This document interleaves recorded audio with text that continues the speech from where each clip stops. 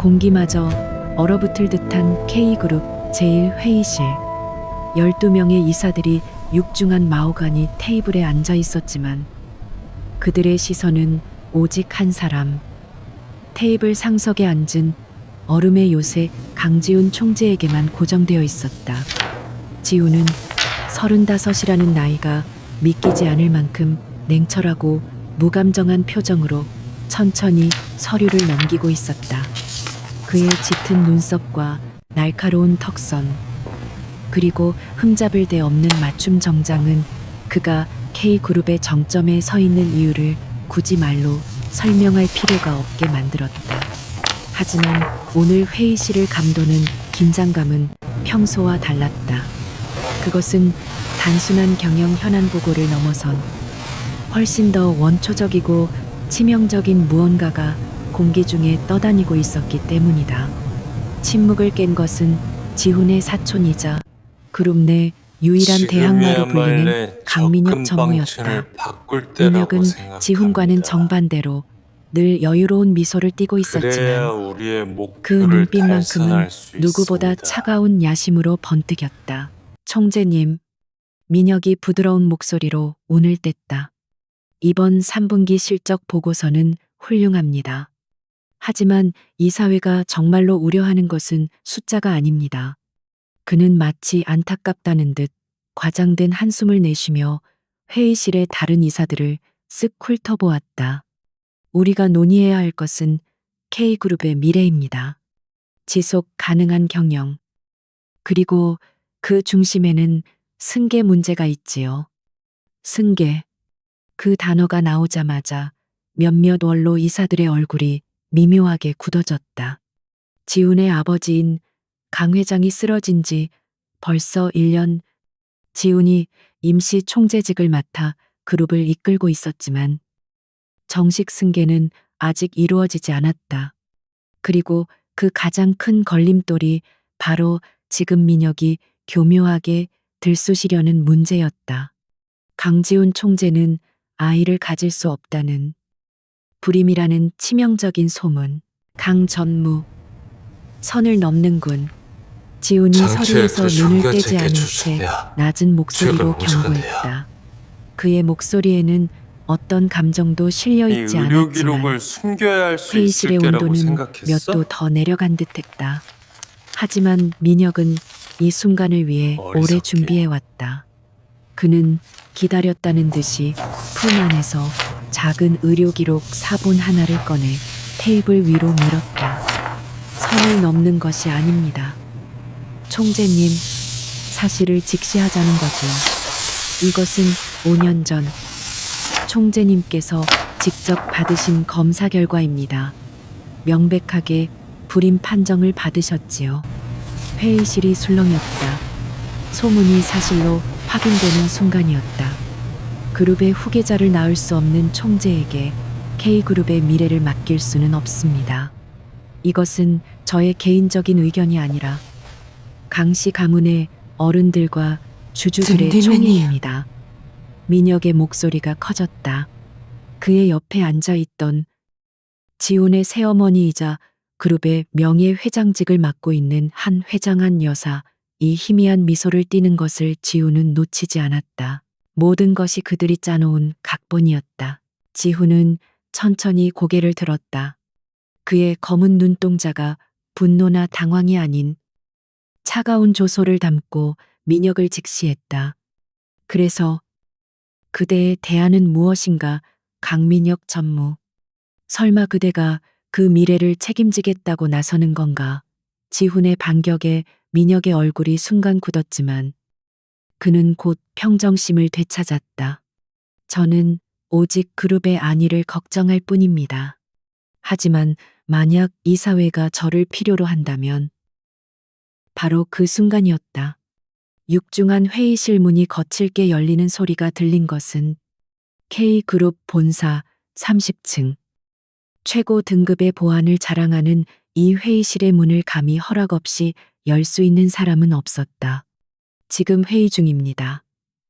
당장.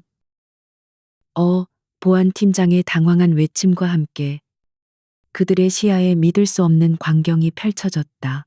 키가 고만고만한 똑같이 생긴 4명의 아이들이었다. 서너 살쯤 되어 보이는 아이들은 최고급 이탈리아 가죽으로 장식된 로비를 마치 제 집 안방처럼 성큼성큼 걸어 들어왔다.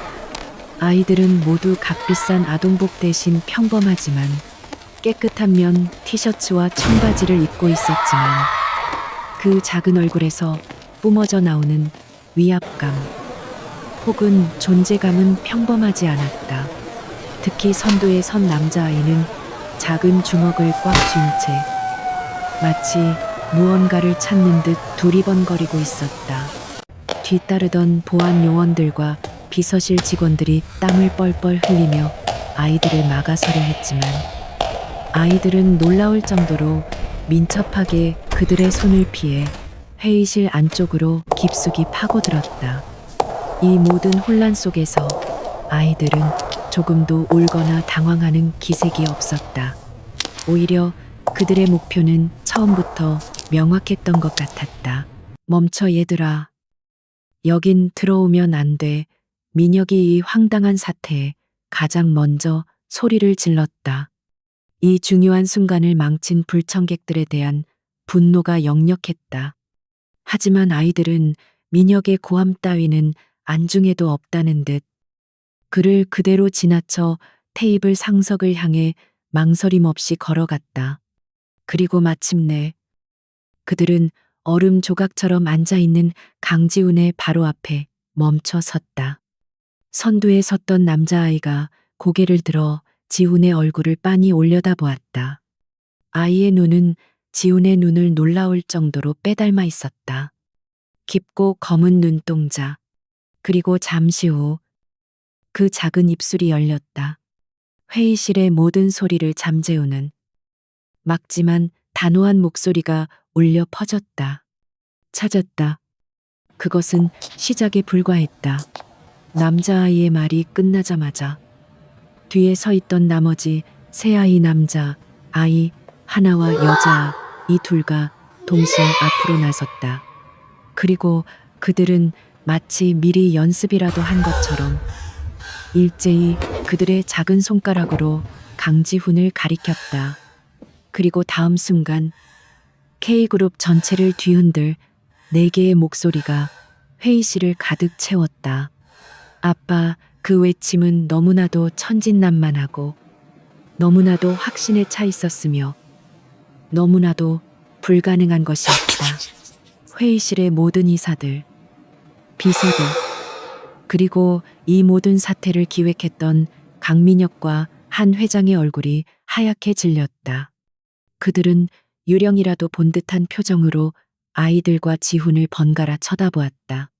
하지만 그 누구보다도 가장 큰 충격을 받은 것은 아이들의 목표물이 된 강지훈 자신이었다. 그는 여전히 무표정한 얼굴을 유지하고 있었지만 테이블 아래에서 꽉 움켜쥔 그의 주먹은 미세하게 떨리고 있었다. 아빠라니 자신은 명백히 불임이었다. 그것은 단순한 소문이 아니라 5년 전 그가 직접 확인한 의학적 사실이었다. 그런데 지금 자신의 복제판이라고 해도 믿을 만큼 닮은 4명의 아이들이 나타나 자신을 아빠라고 부르고 있었다. 이것은 대체 무슨 황당한 연극이란 말인가? 강민혁이 자신의 승계 자격을 박탈하기 위해 꾸민 또 다른 저열한 수작인가 하니 그렇다고 하기엔 저 아이들의 눈빛이 너무나도 순수하고 진실했다. 특히 자신을 처음 발견하고 찾았다고 말했던 저 아이. 지우는 자신도 모르게 그 아이와 눈을 맞추고 있었다. 아이는 지훈의 차가운 시선에도 전혀 주눅들지 않고 오히려 한 걸음 더 다가와 지훈의 바짓가랑이를 작은 손으로 꽉 붙잡았다. 아빠 아이가 다시 한번 이번에는 더욱 또렷하게 불렀다. 마치 확인이라도 시키려는 듯이. 바로 그때 회의실 문 밖에서 뒤늦게 상황을 파악한 기자들의 카메라 플래시가 터지기 시작했다. 총재님, 저 아이들은 누굽니까? 불임설에 대한 해명을 부탁드립니다. K그룹의 숨겨진 후계자들입니까? 민혁이 일부러 흘린 정보에 이끌려 건물 로비에 대기하고 있던 기자들이 이사회의 긴급 소집과 아이들의 난입이라는 두 가지 특종을 쫓아 보안 라인을 뚫고 30층까지 올라온 것이었다. 강민혁의 얼굴이 흡족한 미소로 바뀌는 것을 지우는 보았다. 이 모든 것이 자신의 몰락을 위해 완벽하게 짜인 무대였다. 불임이라는 사실을 폭로당하는 동시에 정체불명의 아이들까지 나타나 자신을 조롱거리로 만들려는 속셈이었다. 강지우는 천천히 눈을 감았다가 떴다. 그의 머릿속은 초당 수백만 번의 연산을 처리하는 슈퍼컴퓨터처럼 빠르게 돌아가기 시작했다. 지금 이 순간 그의 모든 결정은 K그룹의 운명과 자신의 미래를 좌우할 것이다. 그는 이 위기를 어떻게 돌파해야 하는가, 아이들을 부정하고 쫓아내야 하는가, 아니면 이 터무니없는 상황을 인정해야 하는가. 그의 시선이 다시 한번 4명의 아이들에게 향했다. 자신을 빤히 쳐다보는 8개의 눈망울. 그리고 그중 하나인 여자아이가 갑자기 입을 삐죽거리기 시작했다. 아빠, 우리 버릴 거예요. 그 작은 속삭임은 수십 대의 카메라 셔터 소리를 뚫고 정확하게 지훈의 귀에 꽂혔다. 버린다.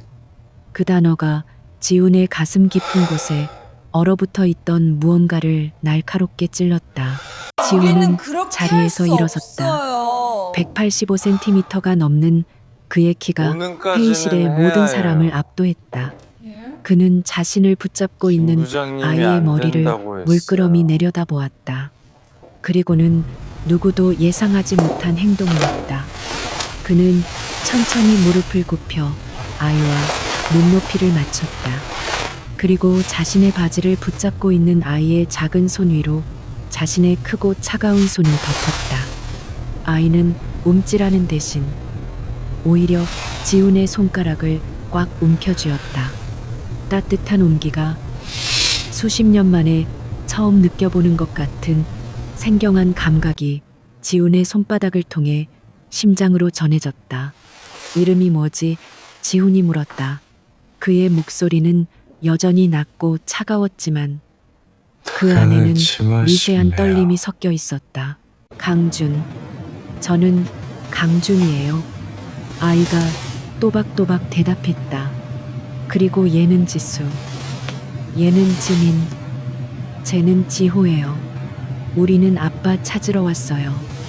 강준, 강지수, 우미는 아빠를 강지민, 찾으러 왔어. 강지호.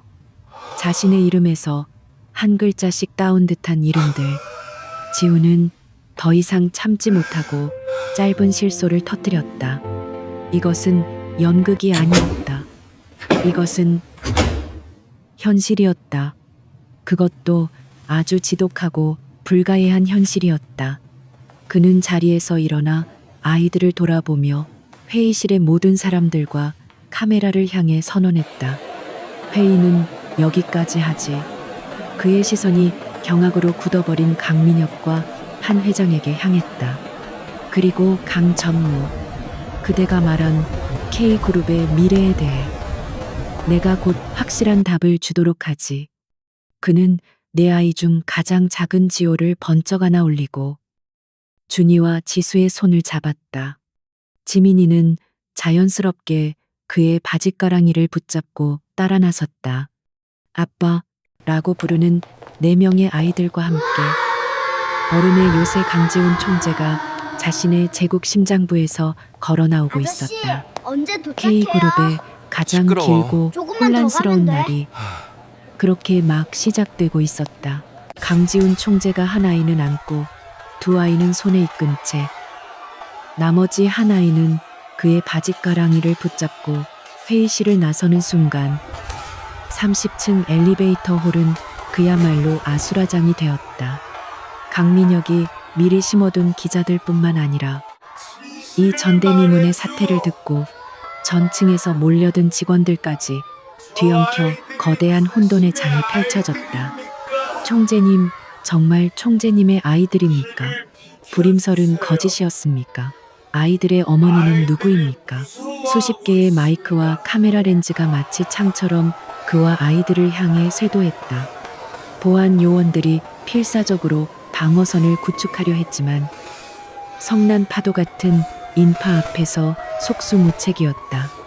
지훈의 품에 안긴 지호가 이 소란에 놀라 울음을 터뜨리려 하자 지훈은 본능적으로 아이를 더욱 단단히 끌어안고 자신의 재킷으로 아이의 얼굴을 가렸다. 그의 눈빛은 회의실에서보다 더욱 차갑고 날카롭게 빛났다. 그는 이 모든 혼란 속에서도 무서우리만치 침착했다. 김비서. 지훈이 낮고 단호한 목소리로 외쳤다. 그 목소리는 모든 소음을 뚫고 정확하게 비서실장 김동욱의 귀에 꽂혔다. 김비서는 이미 지옥도 속에서 길을 트고 있었다. 길을 확보해. 그리고 당장 국내 최고 유전자 검사 기관 세 곳에 연락해. 내가 직접 샘플을 가지고 갈 거네. 누구도 그 어떤 외부 압력도 접근하지 못하도록 철저히 보안을 유지해. 지훈은 말을 이어가며 아이들을 이끌고 총재 전용 엘리베이터를 향해 한 걸음 한 걸음 나아갔다.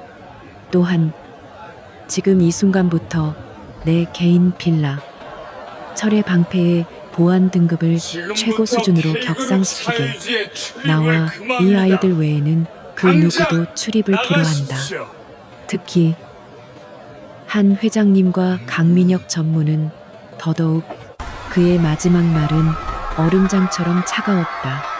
김 비서는 짧게 알겠습니다라고 대답하고는 거구의 보안 요원들과 함께 인간 방패를 만들어 지훈과 아이들을 엘리베이터 안으로 밀어넣었다.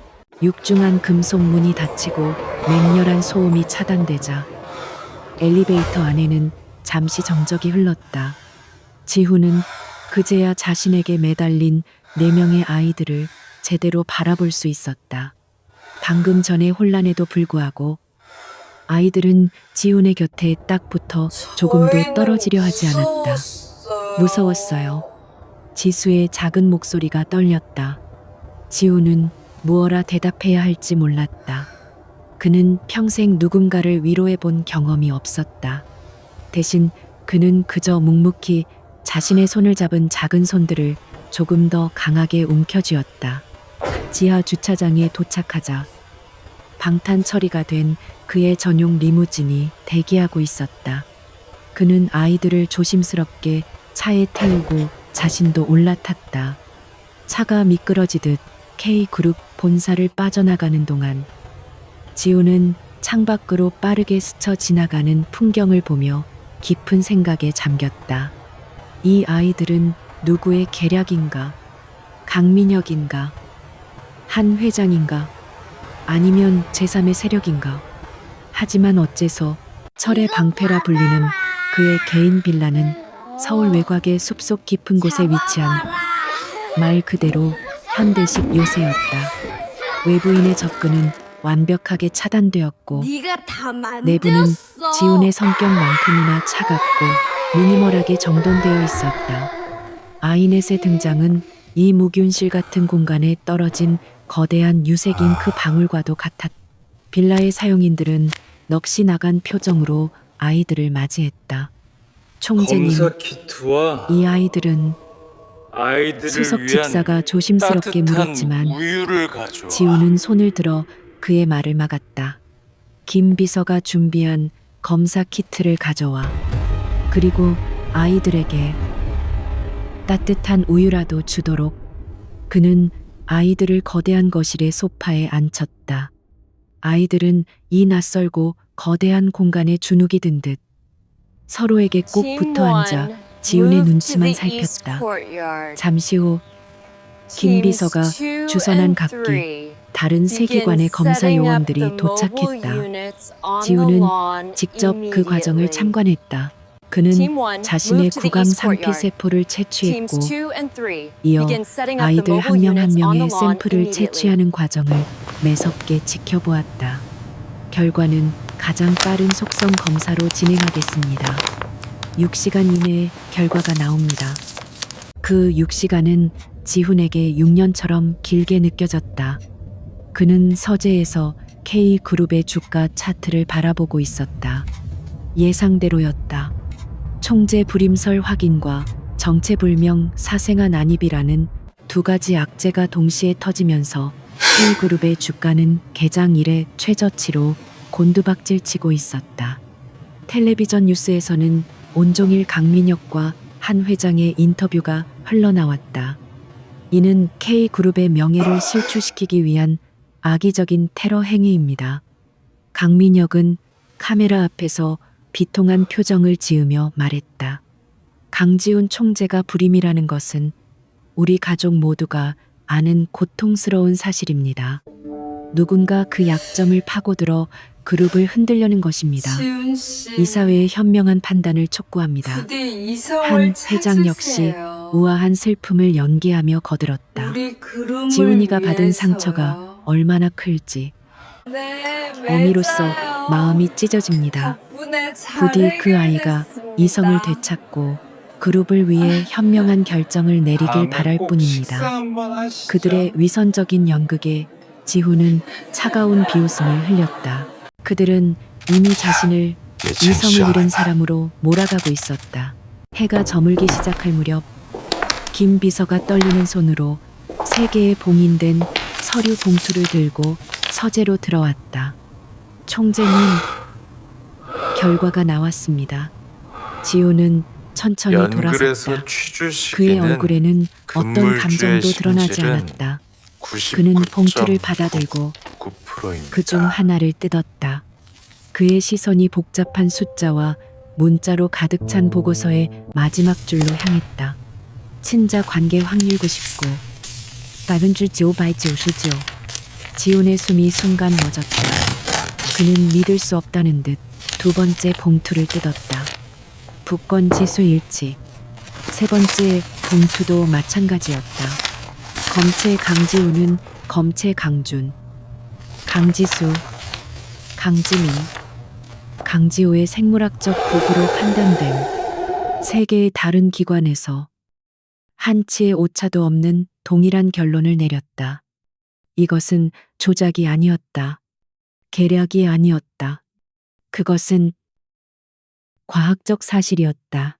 강지훈은 의자에 주저앉았다. 5년 전 그가 받았던 불임 진단서, 그것은 대체 무엇이었단 말인가? 그는 분명히 그 진단서를 자신의 눈으로 확인했다. 그렇다면 그 진단서가 거짓이었단 말인가? 누가, 왜 그의 머릿속이 수천 개의 조각난 퍼즐로 뒤엉켰다. 하지만 지금 중요한 것은 과거가 아니었다. 현재였다. 자신에게 4명의 아이가 생겼다는 것, 자신의 피를 이은 K그룹의 유일한 적통 후계자가 넷이나 나타났다는 것, 강민혁과 한 회장이 자신의 가장 치명적인 약점이라고 공격했던 바로 그 지점이 이제 그들을 파멸시킬 가장 강력한 무기가 되어 돌아왔다. 지훈의 입가에 얼음처럼 차가운 미소가 번졌다. 그는 더 이상 망설일 필요가 없었다. 그는 인터폰을 눌러 김 비서를 불렀다. 김 비서, 내일 오전 10시 K그룹 본사 1층 로비에서 긴급 기자회견을 열도록 하게. 김 비서의 놀란 듯한 목소리가 수화기 너머로 들려왔다. 총재는 어떤 내용으로 K그룹의 진짜 미래에 대해 발표할 걸세. 그리고 한 회장과 강 전무를 포함한 모든 이사진에게도 반드시 참석하라고 공식 통보하게. 한 명도 빠짐없이. 지훈은 전화를 끊고 서재에서 나왔다. 거실에서는 아이들이 저녁 식사로 나온 스테이크 대신 감자튀김을 놓고 자기들끼리 작은 다툼을 벌이고 있었다. 시끄럽고 혼란스러우며 지훈이 평생 경멸해왔던 비효율적인 풍경이었다. 그는 아이들에게 다가갔다. 아이들은 지훈을 보자마 애쓰다 싸움을 멈추고 그를 올려다보았다. 아빠, 배고파요. 막내 지호가 입을 삐죽이며 말했다. 지호는 잠시 아이들을 내려다보다가 수석 집사에게 고갯짓을 했다. 아이들이 먹고 싶어 하는 걸로 새로 준비해. 그리고 아이들 방을 준비하도록 내 침실 바로 옆방으로. 그는 거대한 통유리 창밖으로 펼쳐진 어두운 숲을 바라보았다. 그곳에는 이미 강민혁과 한 회장이 보낸 하이에나들이 숨어들어 이 요새의 작은 균열이라도 찾아내려 혈안이 되어 있을 터였다. 하지만 그들은 몰랐다. 그들이 그토록 무너뜨리고자 했던 얼음의 요새는 방금 전 그 어떤 강철보다도 단단하고 강력한 4개의 기둥을 얻었다는 것을. 강지호는 자신의 아이들을 바라보며 결심했다. 이것은 더 이상 단순한 경영권 다툼이 아니었다. 이것은 자신의 모든 것을 걸고 자신의 아이들을 지키기 위한 전쟁의 시작이었다. 철의 방패 빌라의 아침은 지난 수십 년간 단 한 번도 변한 적이 없었다. 정확히 오전 6시에 맞춰진 실내 온도, 한치의 오차도 없이 배달되는 신문, 그리고 지훈의 서재에서 울려 퍼지는 바흐의 차가운 선율. 그러나 오늘 그 완벽한 일상은 산산조각이 났다. 오전 6시 30분. 지훈이 막 서재에 앉아 밤새 변동한 뉴욕 증시를 확인하려던 찰나. 복도에서 와하는 함성과 함께 무언가 굴러가는 소리, 그리고 뒤이어 으앙하는 우렁찬 울음소리가 터져 나왔다. 지훈의 미간이 굳어졌다. 그는 모니터에서 눈을 떼고 굳은 표정으로 복도를 바라보았다. 잠시 후 그의 서재 문이 조심스럽게 열리고 수석 집사가 사색이 된 얼굴로 고개를 숙였다. 총재님, 저 아이들께서 17세기에 제작된 프랑스 도자기를 공으로 사용하시다가. 지훈은 말없이 일어섰다. 복도에는 값비싼 도자기 파편이 흩어져 있었고 둘째 지수와 셋째 지민이 서로를 탓하며 엉엉 울고 있었다. 첫째, 준이는 태연한 표정으로 부서진 조각을 발로 툭툭 건드리고 있었고 막내 지호는 그 소란 속에서도 바닥에 엎드려 방금 전까지 굴리던 로봇 장난감에 몰두해 있었다. 빌라의 모든 사용인들이 어쩔 줄 몰라 하며 이 작은 재앙들을 둘러싸고 서 있었다. 지훈의 얼음 요새는 하룻밤 만에 4명의 작은 침입자들에 의해 완벽하게 점령당했다. 그의 미니멀하고 무균실 같던 거실은 알록달록한 장난감과 과자, 부스러기로 뒤덮였고 고요했던 저택은 시도 때도 없이 울리는 웃음소리와 울음소리, 고함 소리로 가득 찼다. 지훈은 평생 느껴본 적 없는 극심한 혼란과 생경함에 휩싸였다.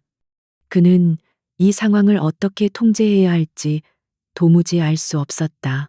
그는 아이들에게 화를 내는 대신 혹은 그들을 달래는 대신 그저 묵묵히 그들의 행동을 관찰하기 시작했다. 기자회견은 내일 오전 10시. 그때까지 그는 이 아이들에 대해 그리고 이 모든 상황에 대해 최대한 많은 정보를 파악해야 했다.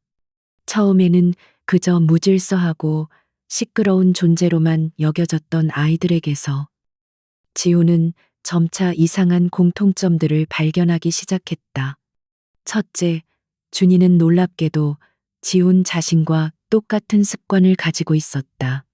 장난감을 가지고 논 후 준이는 마치 강박증 환자처럼 모든 로봇을 크기별로, 색깔별로 정확하게 일렬로 정렬해 놓았다. 그것은 지훈이 매일 아침 자신의 책상 위 서류와 펜을 정돈하는 방식과 소름 끼치도록 똑같았다. 그리고 둘째 지수. 어제 저녁 집사가 후식으로 복숭아 타르트를 내왔을 때 지수는 한 입을 베어 물자마자 얼굴이 붉어지며 숨을 가쁘게 몰아쉬었다. 지우는 본능적으로 아이를 안아들고 응급처치를 지시했다. 복숭아 알레르기입니다. 당장 에피네프린을 사용인들이 당황하는 사이 지후는 정확하게 응급 상황을 지휘했다. 지수 역시 자신과 같은 100만 명 중 한 명꼴로 나타난다는 희귀한 복숭아 알레르기를 가지고 있었던 것이다. 셋째 지민이는 집중할 때면 자신도 모르게 알아들을 수 없는 콧노래를 흥얼거렸는데 그 멜로디는 지훈이 아주 어릴 적 돌아가신 친어머니가 자주 연주해 주시던 쇼팽의 녹턴 일부였다. 그리고 막내 지훈은 지훈의 차가운 무표정을 두려워하지 않는 유일한 아이였다. 오히려 지훈은 틈만 나면 지훈에게 다가와 그의 다리를 붙잡고 아빠, 안아라고 당당하게 요구했다. 유전자 검사 결과보다 더 강력한 피할 수 없는 증거들이었다. 이 기묘한 유사성들은 지훈으로 하여금 억지로 봉인해 두었던 5년 전 그날 밤의 기억을 수면 위로 끌어올리도록 강요했다. 5년 전 K그룹의 운명이 걸린 에이펙스 테크 인수합병을 성공시킨 바로 그날 밤이었다. 지독하고 힘든 싸움이었고 지우는 모든 에너지를 소진한 상태였다.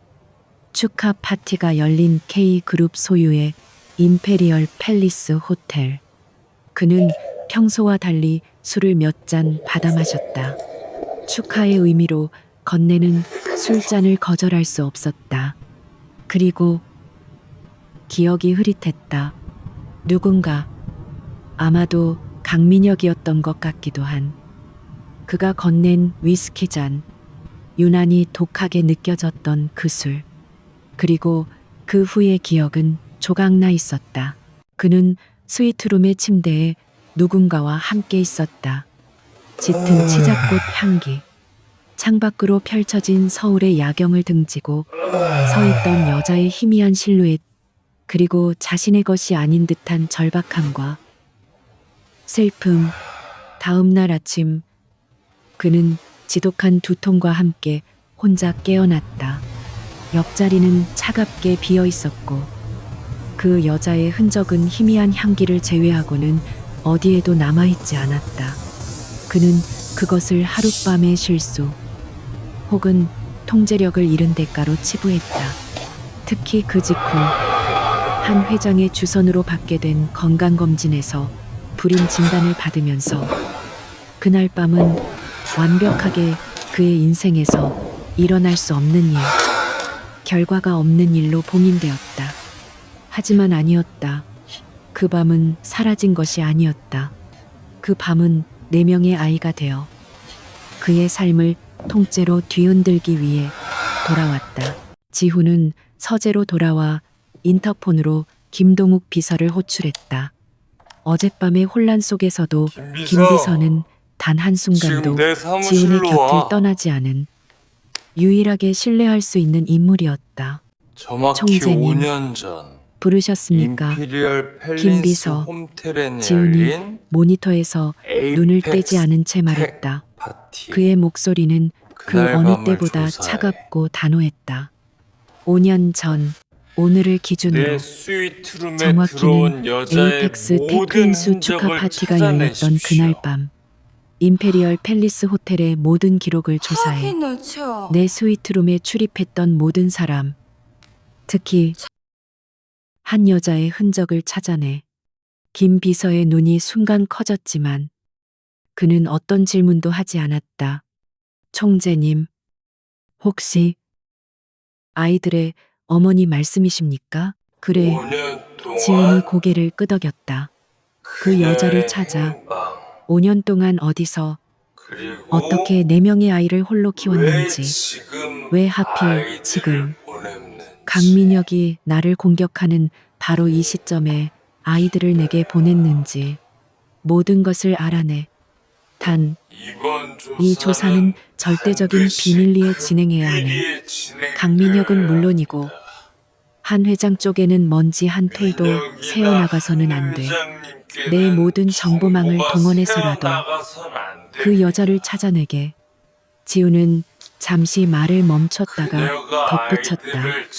그 여자가 자발적으로 아이들을 보낸 것인지 아니면 배후에 또 다른 음모가 있는 것인지도. 김 비서는 굳은 표정으로 고개를 숙였다. 명심하겠습니다. 총재님. 김 비서가 나간 후 지우는 다시 한번 복도를 바라보았다. 사용인들이 조심스럽게 도자기 파편을 치우고 있었고 아이들은 언제 울었냐는 듯 금세 다른 장난감을 가지고 시끄럽게 떠들고 있었다. 지우는 깨달았다. 자신의 얼음 요새는 이미 무너졌다고. 혹은 새로운 방식으로 재건축되어야 할 운명에 처했다고. 그는 더 이상 자신만을 위해 이 요새를 지킬 수 없었다. 이제 이 4명의 아이들, 자신의 피를 이은 존재들을 지키기 위해 싸워야 했다. 그리고 그 싸움의 첫 번째 단추는 이 모든 미스터리의 열쇠를 쥔 사라진 어머니를 찾는 것이었다. 강지훈이 사라진 어머니에 대한 추적을 비밀리에 지시한 바로 그 순간 K그룹을 향한 늑대들의 공세는 이미 거세게 시작되고 있었다. 그들이 하룻밤을 철의 방패에서 보내는 동안 세상은 강민혁과 한 회장이 설계한 거대한 여론의 소용돌이에 휩쓸려 있었다. 다음 날 아침 한국증권시장이 개장하자마자 K그룹의 주가는 그야말로 블랙 먼데이를 맞았다. 시가총액 수십조 원이 단 몇 시간 만에 증발했다.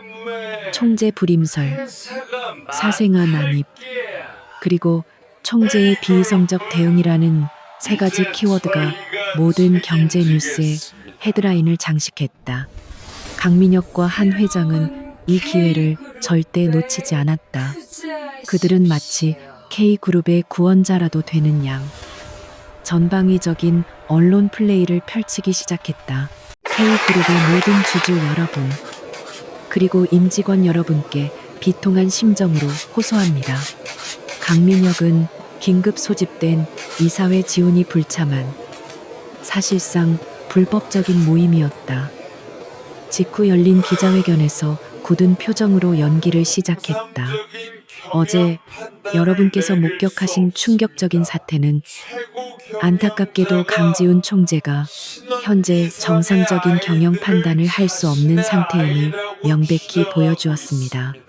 그는 불임이라는 개인적인 고통을 이기지 못하고 정체불명의 아이들을 자신의 아이라 주장하며 그룹 전체를 혼란에 빠뜨리고 있습니다. 그의 옆에서 한 회장이 우아한 슬픔에 잠긴 표정으로 손수건으로 눈가를 찍는 모습이 모든 카메라에 포착되었다. 어미로서 지훈이를 끝까지 믿고 싶었지만 그는 이미 이성을 잃었습니다. 어젯밤에는 그 아이들 때문에 수백 년 된 갑오 도자기를 부수고도 전혀 동요하지 않았다고 합니다. 그는 지금 조종당하고 있습니다. 그들의 발언은 기름에 불을 붙인 격이 되었다. 정신 이상, 경영 능력 상실, 꼭두각시 총재, 자극적인 단어들이 실시간 검색어를 도배했다. 강민혁은 이 기세를 몰아 지훈의 총재직에 대한 직무 정지 가처분 신청과 임시 주주총회 소집을 통한 불신임 투표를 동시에 밀어붙였다. 명분은 단 하나. 총재의 경영 공백으로 인한 그룹의 막대한 손실을 막기 위해서라는 것이었다. 그들은 지훈이 틀어박힌 철의 방패를 완벽하게 고립시키려 했다. 그 어떤 법적, 제도적 지원도 받지 못하도록 그를 이성을 잃고 요새에 숨어버린 폭군으로 만들어버린 것이다. 이사회의 대다수는 이미 한 회장과 강민혁의 편에 서서 그들의 각본에 동조하고 있었다. 하지만 이 모든 폭풍의 중심에 있는 철의 방패빌라는 이상하리만치 고요했다. 지훈은 자신의 서재에서 거대한 벽면 스크린을 통해 속수무책으로 폭락하는 K 그룹의 주가 차트와 자신을 미치광이로 몰아가는 뉴스들을 무감정한 표정으로 지켜보고 있었다.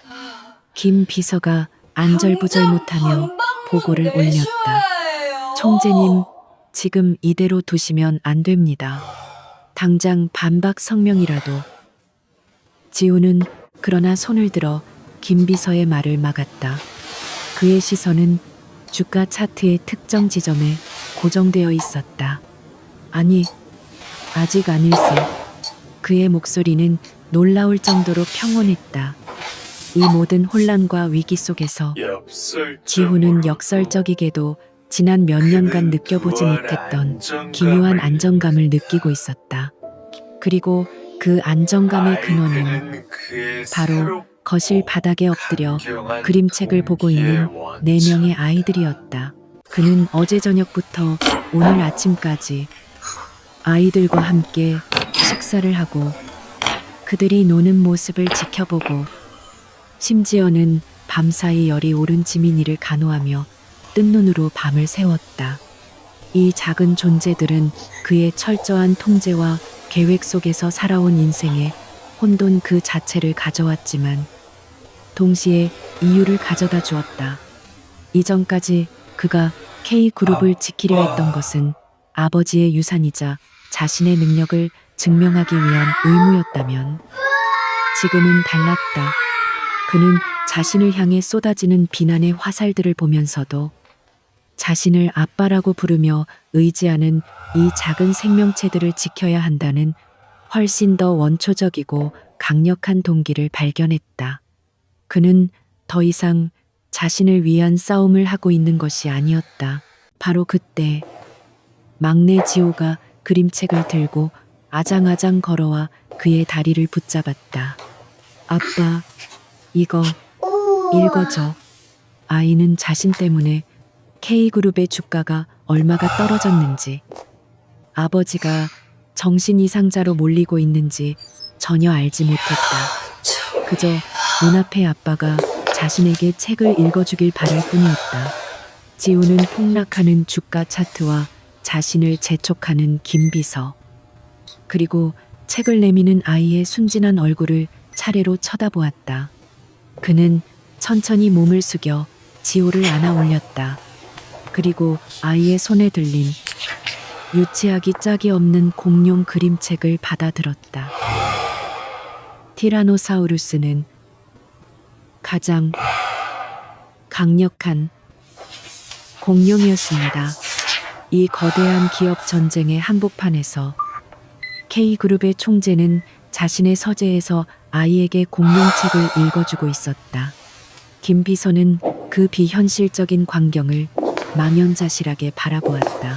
책을 다 읽어주고 지호를 내려놓자 지훈의 머릿속은 오히려 얼음처럼 맑아졌다. 그는 다시 스크린을 바라보았다. 김 비서, 강민혁이 나를 미치광이로 몰고 싶어 한다고 했나? 그렇습니다. 총재님, 좋아. 그렇다면 기꺼이 미친 척을 해줘야지. 지훈의 입가에 차가운 미소가 걸렸다. 지금 당장 내가 수년 전 비상사태를 대비해 해외에 설립해둔 모든 테이프 컴퍼니를 가동시키게. 자금은 내 개인 재산과 해외 비자금을 모두 끌어모으도록. 김 비서의 눈이 커졌. 총재님, 설마. 그래. 지훈이 폭락하는 주가 차트를 손가락으로 가리켰다. 강민혁은 자신이 이 혼란을 주도하고 있다고 생각하겠지.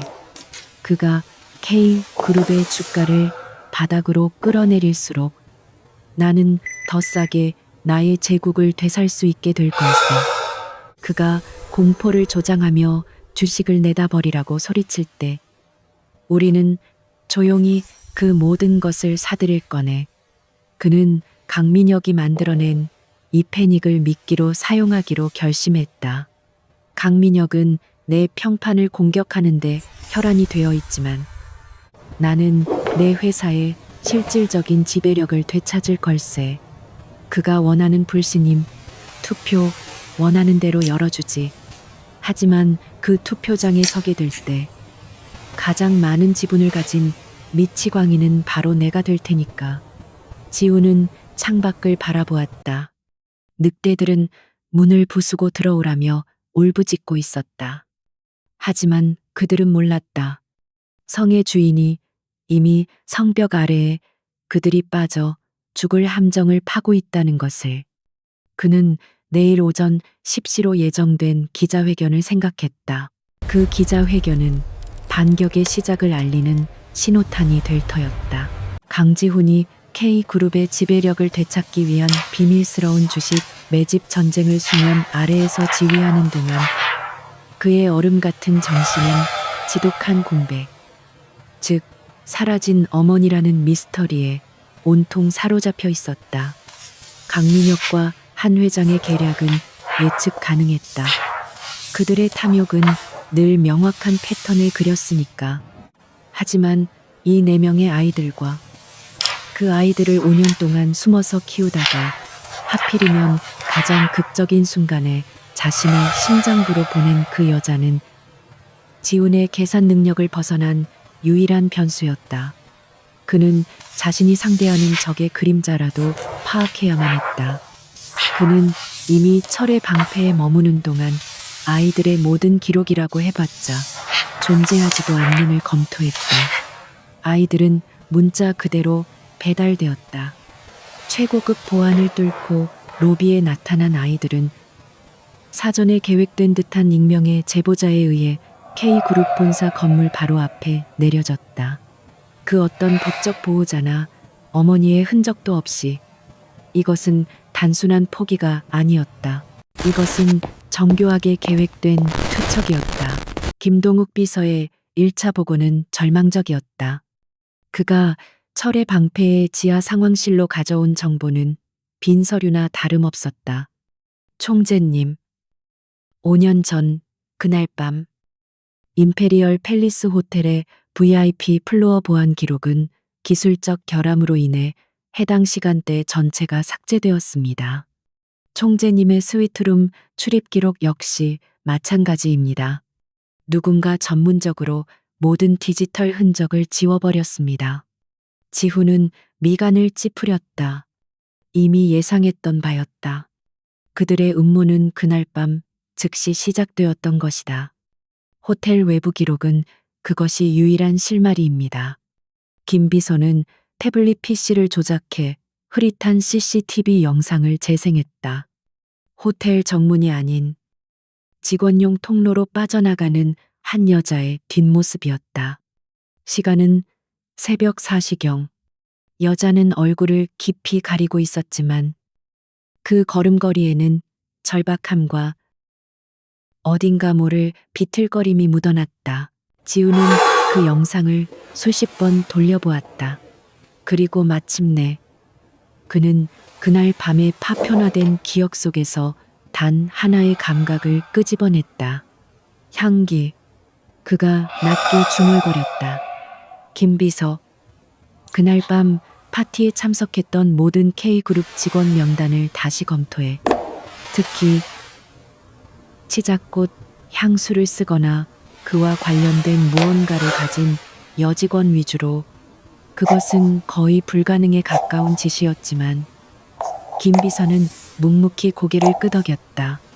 그리고 몇 시간 후 김 비서는 수천 명의 데이터베이스와 그날의 비공식적인 파티 사진들 그리고 호텔 주변의 모든 CCTV 기록을 교차 검증한 끝에 단 하나의 이름을 들고 돌아왔다. 윤서아. 당시 K바이오 소속 선임 연구원이었습니다. 화면 가득 찼던 윤서아의 증명사진은 지훈의 기억 속에 남아있던 희미한 실루엣과는 전혀 달랐다. 두꺼운 안경, 질끈, 묶은 머리, 화장기 없는 얼굴. 그녀는 K그룹의 화려한 파티와는 전혀 어울리지 않는 그저 연구실에만 틀어박혀 사는 평범한 연구원이었다. 특이사항은 지훈이 물었다. 그녀는 당시 유전공학 분야에서 가장 촉망받는 인재였습니다. 총재님께서도 결재하셨던 차세대 성장 동력 프로젝트의 핵심 멤버였지요. 김 비서는 다음 페이지로 넘겼다. 그리고 거기에는 지훈의 눈을 사로잡는 기록이 있었다. 파티가 열리기 일주일 전, 그녀는 뛰어난 연구 실적으로 특별 보너스와 함께 파티 초청장을 받았습니다. 그리고 파티가 끝난 지 정확히 2주 후, 회사의 핵심 기밀 유출 시도라는 죄명으로 긴급 해고되었습니다. 지훈의 손가락이 테이블을 천천히 두드리기 시작했다. 아주 하룻밤의 실수 이후 한 여성이 자신의 몸에 변화가 생겼음을 인지할 수 있는 최소한의 시간. 해고 결재자는 당시 K-바이오를 총괄하고 있던 강민혁 전무였습니다. 퍼즐 조각이 섬뜩하게 맞춰지는 순간이었다. 이것은 단순한 하룻밤의 실수를 덮기 위한 해고가 아니었다. 이것은 증거인멸이었다. 강민혁은 그날 밤의 일을 알고 있었거나 혹은 그날 밤의 일을 계획했을 가능성이 높았다. 그리고 그는 윤서아의 임신 가능성을 인지한 즉시 그녀를 그룹에서, 아니, 어쩌면 이 세상에서 삭제하려 했던 것이다. 지우는 그제야 깨달았다. 자신이 불임이라고 믿게 만든 한 회장과 그날 밤 여자를 밀어넣고 이제는 그 잠재적 후계자마저 제거하려 한 강민혁. 그들은 처음부터 한 통속이었다. 그녀의 행방은, 지훈의 목소리는 얼음장보다 차가워졌다. 김 비서는 고개를 저었다. 거기서 모든 기록이 끊겼습니다. 총재님, 윤서아는 해고 통보를 받은 직후 퇴직금도 정산하지 않은 채 자신이 임대에 살던 작은 오피스텔에서 증발했습니다. 은행 계좌는 동결되었고 신용카드 사용 내역도, 의료 기록도, 출입국 기록도, 지난 5년간 대한민국 어디에도 윤서아라는 이름으로 살아간 흔적이 없습니다. 누군가 그녀의 모든 사회적 흔적을 의도적으로 지워버린 것이다. 5년 동안 4명의 아이를 데리고 완벽하게 사라진다는 것. 이것은 일반인이 혼자 할 수 있는 일이 아니었다. 그녀가 엄청난 조력자의 보호를 받고 있거나 혹은 강민혁보다 더 무서운 존재에게 감금되어 있었거나, 지훈은 서재의 모니터를 통해 옆방에서 곤히 잠든 내 아이의 모습을 바라보았다. 준, 지수, 지민, 지호. 자신과 똑같은 알레르기를 가졌고 자신과 똑같은 잠버릇을 가진 아이들. 이 아이들은 5년 동안 어떤 삶을 살아온 것일까? 그들의 어머니 윤서아는 지금 어디에 있는 것일까? 왜 이제 와서 아이들을 자신에게 보낸 것일까? 그것이 강민혁의 공격으로부터 아이들을 지키기 위한 마지막 발악이었을까? 아니면 그녀 자신이 더 이상 아이들을 지킬 수 없는 절박한 상황에 처했다는 신호일까? 분노가 지훈의 머리끝까지 치밀어 올랐다. 그것은 단순히 경영권을 빼앗기거나 명예가 실추된 것에 대한 분노가 아니었다. 자신의 아이들과 그 아이들의 어머니가 지난 5년간 겪었을 고통과 공포에 대한 피가 역류하는 듯한 분노였다. 그들은 자신의 제국을 공격한 것이 아니라 자신의 가족을 짓밟으려 했다. 김비서, 지훈이 돌아섰다. 그의 눈은 지옥불처럼 이글거리고 있었다. 내일 기자회견 계획을 변경한다. 그리고 그는 무슨 수를 수단과 써서라도 방법을 가리지 말고 강민영보다 먼저 윤서아를 윤서아를 찾아. 찾아. 강민혁보다 먼저 그녀가 이 전쟁의 그녀가 핵심이야. 이 모든 전쟁의 핵심이다. K그룹을 둘러싼 폭풍이 가장 격렬하게 휘몰아치던 날, 철의 방패 빌라의 지하 벙커, 즉 강지훈의 개인 전략 상황실은 전쟁터를 방불케 했다. 거대한 벽면을 가득 채운 스크린에는 K그룹의 주가가 실시간으로 추락하는 붉은색 그래프가 섬뜩하게 그려지고 있었다. 그 옆으로는 스위스와 케이맨 제도에 위치한 12개의 유령 회사 페이퍼 컴퍼니 계좌가 쉴 새 없이 움직였다. 강민혁과 한 회장이 공포를 조장하며 시장에 쏟아내는 수백만 주의 주식을 지우는 자신의 천문학적인 개인 자산을 동원해 조용히 그리고 탐욕스럽게 빨아들이고 있었다. 그는 적들이 스스로 파멸의 구덩이를 파도록 유도하고 있었다. 그들이 시장을 공포로 물들일수록 지우는 더 싼 값에 자신의 제국을 되찾고 있었다. 총재님, 3차 매집 완료됐습니다. 현재까지 총사 5%의 오호 지분을 확보했습니다.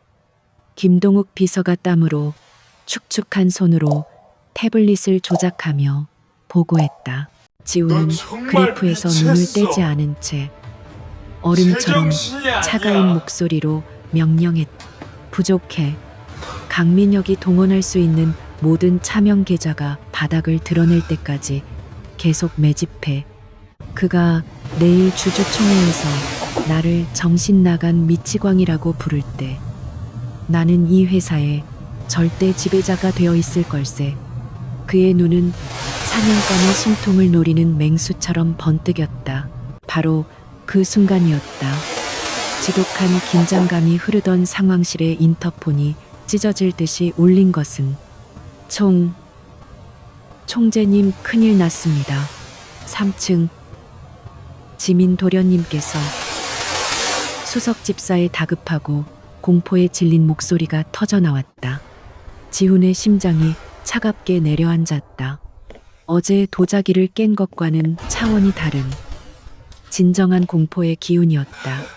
그는 수조원이 오가는 모니터를 뒤로 한 채 단 1초의 망설임도 없이 전략 상황실에 육중한 문을 박차고 뛰쳐나갔다. 그의 머릿속에서는 오직 지민이라는 이름만이 울리고 있었다.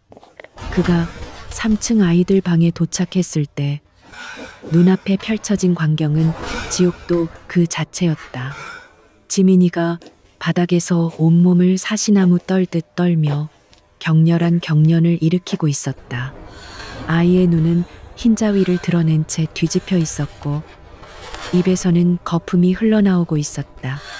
도련님이 갑자기 열이 펄펄 끓으시더니 젊은 보모는 사색이 되어 구급차에 전화할 생각도 못하고 발만 동동 구르고 있었다. 다른 세 아이는 문가에 부둥켜 안고 서서 공포에 질려 숨죽여 울고 있었다. 모두가 공황 상태에 빠진 그 순간 강지훈은 얼어붙었다.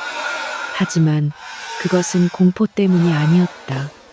그것은 지독한 데자비였다. 그는 이 증상을 알고 있었다. 이것은 그가 아주 어릴 적 친어머니의 품에서 겪었던 바로 그 지옥 같은 고통이었다.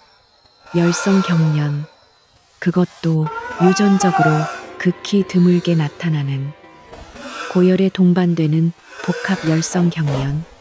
얼음의 요새라 불리던 그의 가면이 산산조각 났다. 그의 피가 역류했다. 이 저주받을 유전자가 자신의 가장 끔찍한 악몽이 이 작은 아이에게까지 이어졌다는 사실에 그는 참을 수 없는 분노와 절망을 느꼈다. 비켜 지훈의 입에서 터져 나온 것은 명령이 아닌 짐승의 포효와도 같았다. 그는 얼어붙은 부모를 거칠게 밀치고 지민이를 안아들었다.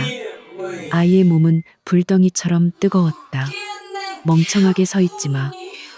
당장 얼음물과 수건 그리고 김비서 K 메디컬 센터에서 박사에게 직통으로 연결해. 내가 지금 코드레드 상황이라고 전해. 그의 목소리는 공포로 떨리고 있었지만 그의 행동은 그 누구보다 침착하고 전문적이었다. 그는 본능적으로 아이의 기도를 확보하고 경련으로 인해 혀가 말려 들어가지 않도록 조치했다. 지민아, 아빠, 여기 있어. 괜찮아. 괜찮아. 그는 자신이 무슨 말을 하는지도 모르는 채 필사적으로 아이의 이름을 불렀다. 그가 평생 누군가에게 아빠라고 불릴 것이라 상상도 못했지만 지금 이 순간 그는 세상에서 가장 절박한 아빠였다. 그는 아이의 얇은 옷을 찢듯이 벗겨내고 사용인들이 가져온 얼음물에 적신 수건으로 아이의 몸을 닦아내기 시작했다. 그의 크고 차가운 손, 수십억 달러짜리 계약서에 서명하던 그 손이 지금은 아들의 작은 몸을 필사적으로 문지르고 있었다. 숨 쉬어. 지민아, 제발. 이 모든 과정은 철의 방패 빌라 내부에 설치된 최고 등급의 보안 카메라에 고스란히 녹화되고 있었다. 지훈의 서재에서 김 비서는 떨리는 손으로 상황실 모니터와 의료진을 연결하는 동시에 이 모든 광경을 속수무책으로 지켜보고 있었다. 다행히 지훈의 빠르고 정확한 응급처치와 코드레드에 즉각 반응하여 헬기까지 동원한 K 메디컬 팀 덕분에 지민이는 최악의 상황을 넘길 수 있었다. 아이는 빌라 내부에 마련된 응급 의료실로 옮겨져 안정을 되찾았다. 지훈은 꼬박 3시간 동안 땀과 눈물로 범벅이 된 채 아이의 침대 곁을 떠나지 않았다. 그는 자신의 넥타이를 풀어던지고 재킷도 벗어버린 채 그저 넋이 나간 사람처럼 아이의 작은 손을 꽉 잡고 있었다. 얼음의 요새는 완벽하게 녹아내렸다. 그리고 그 자리에 자식을 지키기 위해 무엇이든 할 수 있는 한 남자가 서 있었다. 바로 그때 김 비서가 조용히 의료실로 들어왔다. 그의 표정은 복잡했다. 총재님, 지민 도련님은 이제 안정기에 접어들었습니다. 지우는 고개도 돌리지 않은 채 물었다. 주식은 강민혁 측이 총재님의 부재를 틈타 모든 언론사에 총재 정신 이상으로 인한 경영 포기라는 속보를 뿌렸습니다. 주가는 하한가를 기록했습니다. 김 비서는 차마 다음 말을 잊지 못했다. 강민혁은 지훈이 미치광이가 되어 아이들 소동에 빠져 회사를 내팽개쳤다고 공격하고 있었다. 그들은 K그룹의 숨통을 완전히 끊어버릴 작정이었다. 김 비서는 잠시 망설이다가 태블릿 PC를 지훈에게 내밀었다. 이것은 빌라 내부의 보안 카메라 영상입니다. 총재님께서 지민 도련님을 구하시는. 지훈은 그제야 고개를 돌렸다. 화면 속에는 자신이 얼마나 필사적이었는지, 얼마나 망가진 모습이었는지가 적나라하게 담겨 있었다. 이걸 왜? 김 비서는 단호하게 고개를 들었다. 총재님, 강민혁은 총재님을 이성을 잃은 미치광이로 몰고 있습니다. 하지만 이 영상 속에는 필사적인 아버지가 있습니다.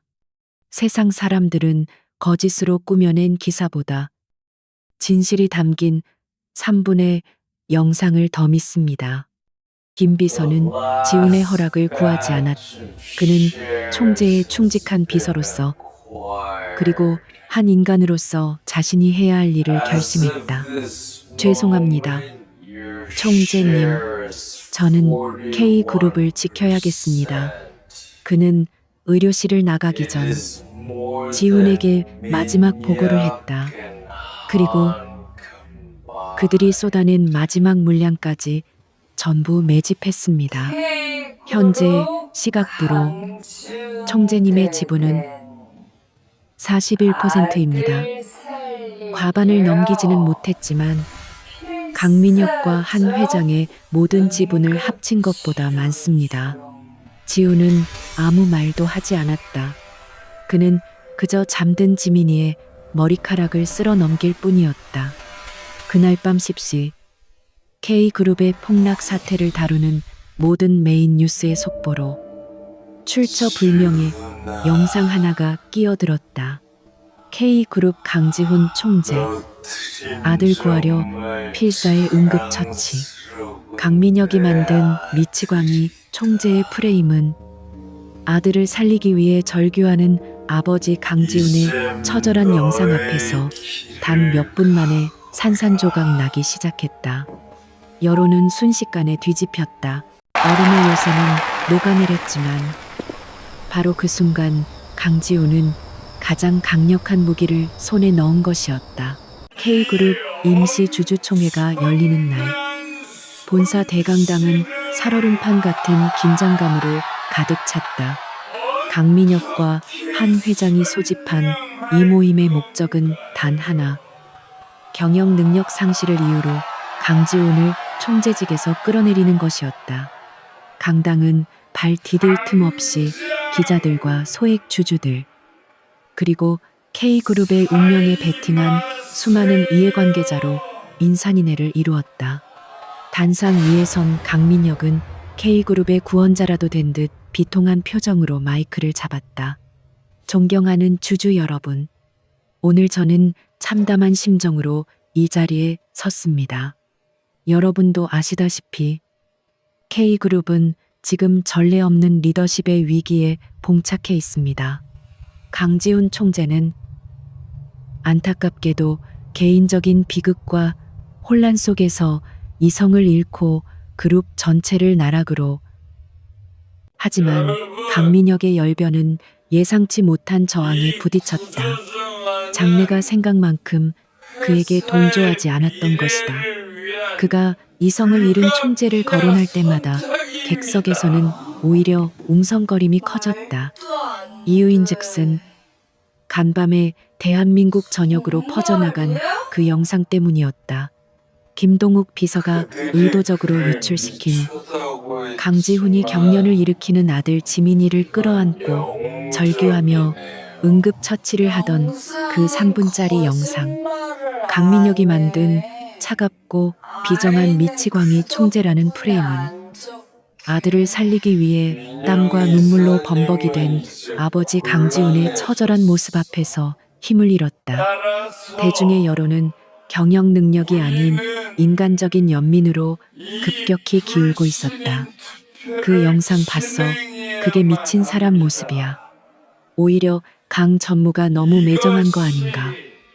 강민혁은 이 미묘한 기류의 변화를 감지하지 못한 채 오직 준비된 대본만을 치드와야. 따라서 저는 강지훈 총재의 직무를 즉각 정지하고 그룹의 정상화를 위해 강민혁이 불신임 투표를 강행하려던 바로 그 순간이었다. 그럴 필요 없을 것 같군. 육중한 강당 뒷문이 열리고 모든 소음이 일순간 정지했다. 강지훈이 들어서고 있었다. 그는 어제 아들을 간호하던 초췌한 모습도 1챕터의 얼음 요새 같은 모습도 아니었다. 그는 완벽하게 재단된 검은색 슈트를 입고 있었지만 그의 눈빛은 그 어느 때보다 단단하고 뜨거웠다. 그는 혼자가 아니었다.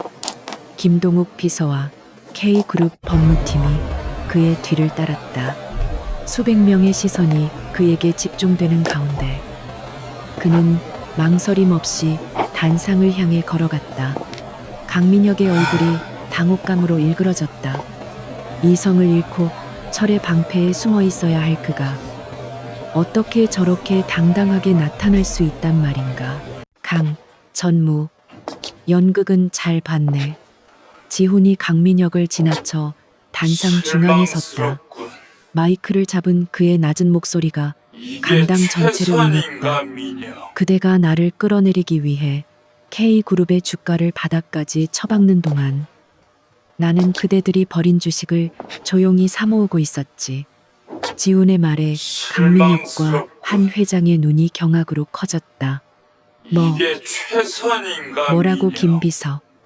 화면을 띄우게 지훈의 명령에 강당의 거대한 스크린이 바뀌었다. 지난 48시간 동안 스위스, 케이맨 제도 등 12개의 페이퍼 컴퍼니를 통해 K그룹의 주식이 비정상적으로 매집된 기록이 적나라하게 드러났다. 그리고 그 모든 지분의 최종 소유주가 단 한 사람. 강지훈으로 귀결되는 순간 장내는 폭발했다. 이게 어떻게 이럴 수가 총 41%. 강민혁과 한 회장 지분을 합친 것보다 많잖아. 강민혁은 유령이라도 본 듯 새파랗게 질려 스크린을 바라보았다. 자신이 지훈을 고립시키기 위해 시장에 풀었던 모든 주식이 결국 지훈의 소나기로 들어가는 미끼가 되었던 것이다. 그는 스스로 자신의 목을 조르는 함정을 판 셈이었다. 그대는 내 명예를 공격했지만 나는 내 제국의 지배력을 되찾았네. 지훈이 강민혁을 차갑게 내려다보았다. 이제 이 K그룹의 주인은 과반에 가까운 지분을 가진 나일세. 불신임 투표 조치. 지금 당장 이 자리에서 나와 강민혁, 한 회장, 우리 셋 중 누가 이 그룹에 필요 없는지 주주들에게 물어보도록 하지. 지훈이 승기를 잡고 최후의 일격을 날리려던 바로 그 순간이었다. 잠시만요. 강당의 또 다른 쪽 문이 열렸다. 이번에는 날카로운 구두 소리와 함께 그 누구도 예상하지 못했던 인물이 등장했다. 그녀는 칠흑 같은 검은색 파워슈트를 입고 있었고 두꺼운 안경 대신 날카로운 지성이 번뜩이는 안경을 쓰고 있었다. 그녀의 뒤에는 K그룹 법무팀보다 더 거대해 보이는 변호인단이 따르고 있었다. 기자들이 미친 듯이 플래시를 터뜨렸다. 누구지 저 여자. 어디서 많이 본 것 같은데. 강지훈 역시 얼어붙었다. 그는 저 얼굴을 알고 있었다. 김 비서가 가져온 5년 전 파일 속의 그 여자. 하지만 사진 속의 순진하고 겁에 질린 연구원과는 완전히 다른 사람이었다. 그녀는 당당하게 단상을 향해 걸어와 경악으로 굳어버린 강민혁과 강지훈의 정중앙에 섰다. 그녀가 마이크를 잡았다. 강당 전체가 숨을 죽였다. 제 이름은 윤서아입니다. 또렷하고 흔들림 없는 목소리. 아마도 이 자리의 몇몇 분들은 저를 모르시겠지만 그녀는 객석의 기자들을 바라보며 덧붙였다. 최근 K바이오의 주가를 위협하고 있는 신생 경쟁사 신테크 솔루션스 사이엔텍 솔루션스의 대표이사 CEO이기도 하지요. 장내는 두 번째 폭탄을 맞았다. 신테크는 지난 1년간 혜성처럼 등장해 K바이오의 핵심 기술 특허를 무력화시키며 K그룹을 위협하던 정체불명의 다크호스였다. 그 공포스러운 경쟁사의 대표가 바로 5년 전 강민혁이 기밀 유출 누명을 씌워 쫓아냈던 그 연구원이었다. 윤서아는 강지훈을 잠시 바라보았다. 그의 눈에 담긴 수만 가지 질문을 읽었다는 듯이. 그리고 그녀는 다시 강민혁을 향해 섰다. 그녀의 눈에는 증오가 아닌 차가운 연민이 담겨 있었다. 그리고 제가 오늘 이 자리에 온 또 다른 이유는 그녀는 숨을 깊게 들이마셨다. 제가 바로 강준, 강지수, 강지민, 강지호, 그네 아이의 어미이기 때문입니다. 모든 것이 정지했다. 강지훈의 심장이 멎는 듯했다. 그녀가 돌아왔다. 강민혁 전무, 당신은 내가 5년 전에 죽은 줄 알았겠지요. 서아의 목소리가 얼음처럼 차가워졌다. 내가 왜 하필 지금 당신이 강지훈 총재를 공격하는 이 시점에 아이들을 보냈는지 궁금하십니까? 그녀는 강당 전체를 향해 그리고 강지훈을 향해 외쳤다. 그것은 내가 더 이상 아이들을 지킬 수 없을지도 모른다는 공포 때문이었습니다. 나는 지난 5년간 당신의 추적을 피해 아이들을 지키며 필사적으로 살아남았습니다. 하지만 얼마 전 당신들이 내게 심어놓은 독이든 아니면 지독한 스트레스 때문이든 나는 시한부 선고를 받았습니다. 혹은 나는 내 목숨을 노리는 당신들의 위협을 더 이상 피할 수 없다는 것을 깨달았습니다. 나는 내가 죽기 전에 혹은 당신들의 손에 죽기 전에 내 아이들을 가장 안전한 곳으로 보내야 했습니다. 강민혁 당신이 모든 것을 파괴하기 전에 이 아이들을 지킬 수 있는 유일한 사람에게 그녀의 손가락이 강민혁을 지나 단상 위에 굳어있는 강지훈을 정확하게 가리켰다. 바로 그들의 친아버지 강지훈 총재에게 말입니다. 윤서아의 마지막 한마디가 거대한 폭탄처럼 주주총 회장에 떨어졌다. 바로 그들의 친아버지 강지훈 총재에게 말입니다. 순간 강당의 모든 소음이 증발했다. 수백 명의 기자들, 주주들, 그리고 임원들이 마치 시간이 멈춘 듯 단상 위에 선 세 사람 얼음처럼 굳어버린 강지훈, 경악으로 얼굴이 일그러진 강민혁, 그리고 그들 사이에 당당히 서 있는 윤서아를 바라보았다.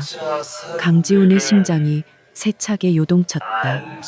5년 동안 찾아 헤매던 그날 밤의 여자, 자신의 아이들을 낳아준 어머니, 그녀가 지금 상상조차 못했던 가장 강인한 모습으로 자신의 적들 한가운데 서 있었다. 그녀의 말이 사실이라면 그녀는 지난 5년간 강민혁의 살해 위협을 피해가며 4명의 아이를 홀로 지켜냈다는 뜻이었다.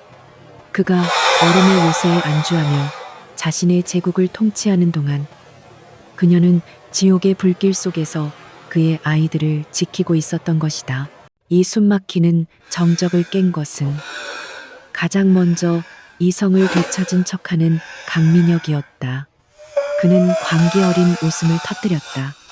하하하, 정말 대단한 소설이군. 어디서 이런 미친 여자를 데려와서 이따위 삼류 연극을 벌이는 겁니까?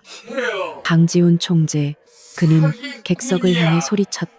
여러분, 속지 마십시오. 저 여자는 강 총재가 자신의 불임설을 덮기 위해 고용한 사기꾼입니다. 당장 저 여자를 끌어내 그가 보호한 요원들에게 손짓했지만 요원들은 지훈의 눈치를 보며 감히 움직이지 못했다. 한 회장 역시 창백한 얼굴로 강민혁의 말을 거들었다. 그래, 내 말이 맞. 민혁아, 지훈이가 드디어 미쳤구나. 어떻게 저런 천박한 여자와 천박하다고 하셨습니까? 한 회장님, 윤서아가 한 회장의 말을 차갑게 끊었다. 그녀의 눈빛은 더 이상 5년 전의 겁에 질린 연구원의 것이 아니었다. 그것은 K그룹의 총수 일가를 내려다보는 신테크 솔루션스 대표의 눈빛이었다. 좋습니다. 제가 얼마나 천박한 소설을 쓰고 있는지 지금부터 증명해드리지요. 그녀는 자신의 변호인단에게 눈짓했고 변호인은 즉시 강당의 스크린에 무언가를 연결했다. 강민혁 전무, 당신은 내가 5년 전 K바이오의 기밀을 유출하려 했다고 해고했지요. 하지만 진실은 그 반대였습니다. 스크린이 켜지고 날짜가 찍힌 이메일과 메신저 대화 내용이 나타났다. 그것은 강민혁이 오히려 윤서아에게 K바이오의 핵심 연구 데이터를 경쟁사에 넘기라고 지시하는 내용이었다. 윤서아가 이를 거부하자 그는 그녀를 협박했다. 이게 다 조작이야. 강민혁이 소리쳤지만 그의 목소리는 이미 절박하게 떨리고 있었다. 윤서아는 계속했다. 그리고 그날 밤 에이펙스 테크 인수 축하 파티가 있던 날 그녀의 시선이 처음으로 강지훈에게 향했다.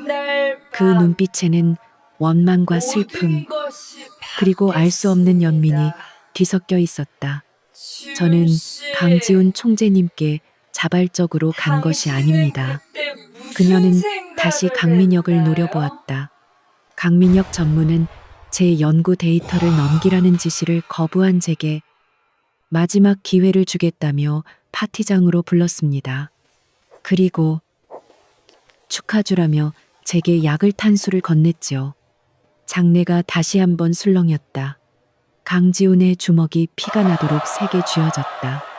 당신의 계획은 정신을 잃은 저를 강지훈 총재의 침실에 밀어넣고 두 사람의 스캔들 사진을 찍어 강 총재님을 협박할 약점을 만드는 것이었지요.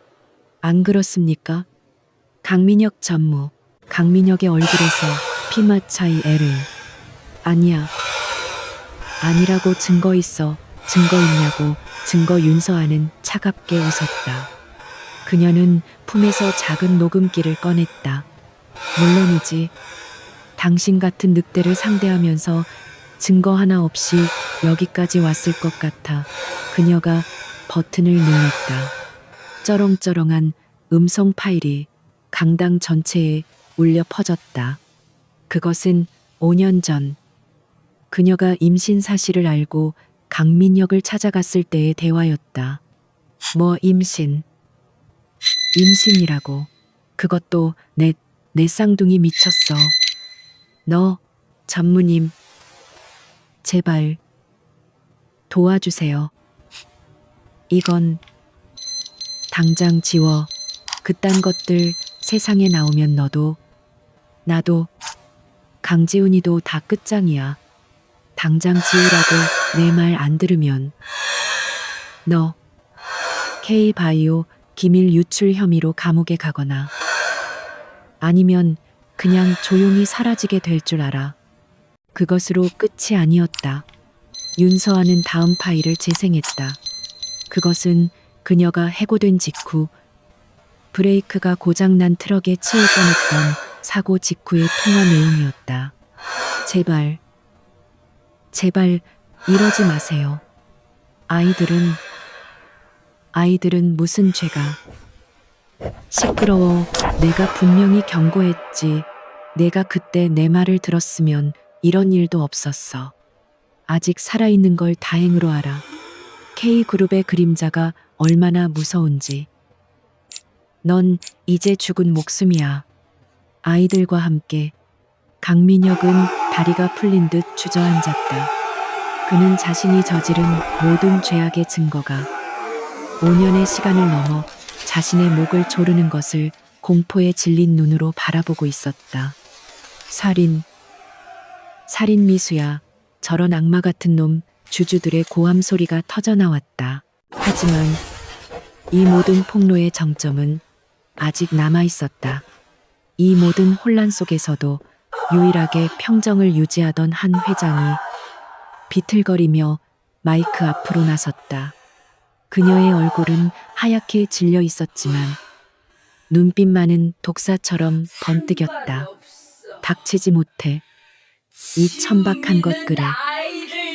민혁이가 실수를 했구나. 하지만 이 모든 게 무슨 소용이지. 결국 강지훈은 아이를 가질 수 없는 몸이야. 저 아이들이 내 아이일지는 몰라도 절대 지훈이의 아이는 될 수 없어. K그룹의 후계자는. 한 회장의 광기 어린 외침이 울려 퍼지는 순간 윤서아가 강당이 떠나가라 웃었다. 그것은 슬픔과 분노가 뒤섞인 처절한 웃음이었다. 아직도 그 거짓말을 하고 계십니까? 한 회장님. 윤서아가 웃음을 그치고 한 회장을 똑바로 바라보았다. 강지훈 총재가 아이를 가질 수 없다고요? 아니면 한 회장님께서 그렇게 만드신 겁니까? 강지훈의 고개가 벼락이라도 맞은 듯 윤서아를 향해 돌아갔다. 그가 지난 며칠간 품었던 가장 끔찍한 의심. 그것을 윤서아가 지금 수백 명의 사람들 앞에서 확인시키고 있었다. 무슨 소리를 하는 거야? 한 회장의 목소리가 공포로 갈라졌다. 윤서아는 그녀에게 다가가 그녀만이 들을 수 있을 정도의 작은 목소리, 하지만 마이크를 통해 모두에게 전달되는 잔인한 목소리로 속삭였다. 5년 전 강지훈 총재님께 특발성 무정자증, 즉 불임 진단을 내렸던 K메디컬 센터의 이 박사. 기억하십니까? 한 회장의 눈동자가 지진이라도 난 듯 흔들렸다. 이 박사는 한 회장님의 오랜 주치의였지요. 그리고 당신의 협박과 회유에 못 이겨 멀쩡한 강지훈 총재에게 가짜 불임 진단서를 발급했습니다. 윤서아는 스크린을 향해 손짓했다. 거기에는 이 박사의 양심 선언이 담긴 영상 편지가 재생되기 시작했다. 저는 한 회장님의 지시로 강지훈 총재님의 검사 결과를 조작했습니다. 용서하십시오. 모든 것은 윤서아의 목소리가 강당을 압도했다. 당신의 친아들 강민혁에게 K그룹을 물려주기 위한 당신의 거대한 사기극이었습니다. 당신은 강지훈 총재가 후계자를 가질 수 없다는 거짓말로 그를 절망에 빠뜨리고 그의 날개를 꺾어 당신의 꼭두각시로 만들려 했으며 동시에 강민혁이 그 자리를 차지할 명분을 만들었던 겁니다. 모든 진실이 밝혀졌다. 강민혁의 살인 미수와 한 회장의 후계자 조작극, K그룹을 지탱하던 두 개의 기둥이 사실은 그룹을 좀먹던 가장 끔찍한 암덩어리였음이 만천하에 드러났다. 한 회장은 그 자리에 실신하듯 쓰러졌고 강민혁은 넋이 나간 사람처럼 중얼거리다 도망치려 했다. 그 순간까지 미동도 없이 서 있던 강지훈이 마침내 움직였다. 그의 움직임은 느렸지만 그 어떤 분노의 포효보다 무거웠다. 그는 도망치려는 강민혁의 앞을 막아서지 않았다. 대신 그저 자신의 비서에게 차갑게 명령했다. 김비서, 문을 잠그게. 오늘 이 자리에서 K그룹의 썩은 뿌리를 완전히 도려낸다. 그 말이 떨어지기 무섭. 강당의 모든 문이 닫혔고 미리 대기하고 있던 K그룹 감사팀과 그들이 동행한 검찰 수사관들이 들이닥쳤다. 강민혁과 한 회장의 시대는 그들이 스스로 판 무덤 속에서 그렇게 막을 내리고 있었다. 그리고 그 모든 혼돈의 한가운데 강지훈은 오직 한 사람, 윤서아만을 바라보고 있었다. 5년의 세월을 뛰어넘어 마침내 서로를 마주한 두 사람이 서 있었다. 강지훈의 차가운 명령이 강당에 울려 퍼지고 검찰 수사관들이 굳게 닫힌 문을 등지고 강민혁과 한 회장에게 다가서는 순간 K그룹에 썩어 있던 시대는 공식적으로 종말을 고했다. 강민혁은 짐승처럼 발악했다. 이건 불법이야. 날 함부로 건드릴 수 없어. 내가 누군지 알아. 하지만 그의 절규는 수십 대의 카메라 플래시와 횡령 및 배임, 살인 미수 혐의로 긴급 체포합니다. 라는 수사관의 냉정한 통보에 묻혀버렸다. 실신했던 한 회장 역시 자신이 평생 쌓아 올린 우아함의 가면이 벗겨진 채 의무실이 아닌 차가운 수갑을 향해 초라하게 끌려나갔다. 그녀는 마지막까지 강지훈을 향해 도끼 어린 시선을 보냈지만 지훈은 그녀를 바라보지 않았다. 그의 시선은 오직 이 모든 폭풍의 중심에서 기적처럼 살아 돌아온 단 한 사람, 윤서아에게만 고정되어 있었다. 수백 명의 주주와 기자들이 이 역사적인 체포 장면을 목격하는 동안 단상 위에 두 사람만이 시간의 흐름에서 벗어난 듯 서로를 마주보고 서 있었다. 모든 것이 정리되고 강당의 문이 다시 열리고 흉악한 늑대들이 법의 심판을 받기 위해 끌려나간 후에도 강지훈과 윤서아는 한동안 움직이지 못했다. 승리의 환호도 안도의 한숨도 없었다. 5년이라는 지독한 세월의 무게가 두 사람 사이를 무겁게 가라앉히고 있었다.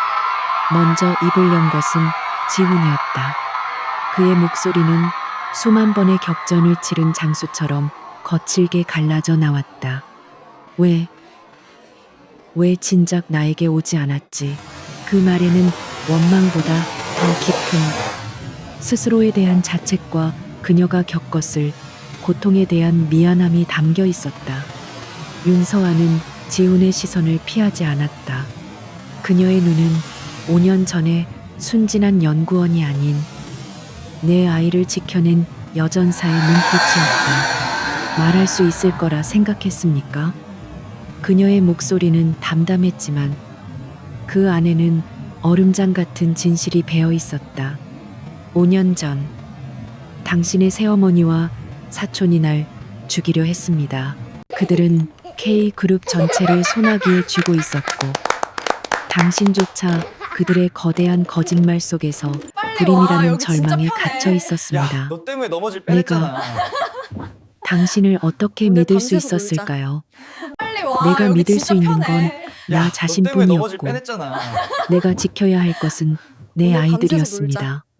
당신의 아이들이기도 했지만 지우는 그 말에 어떤 대답도 할 수 없었다. 그는 자신이 얼음의 요새를 지키는 동안 그녀는 진짜 지옥 불 속에서 그의 아이들을 지켜왔다는 것을 깨달았다. 그는 그녀에게 단 한 번도 보호막이 되어주지 못했다. 오히려 그 자신이 그녀에게 가장 큰 위협의 원인이었다.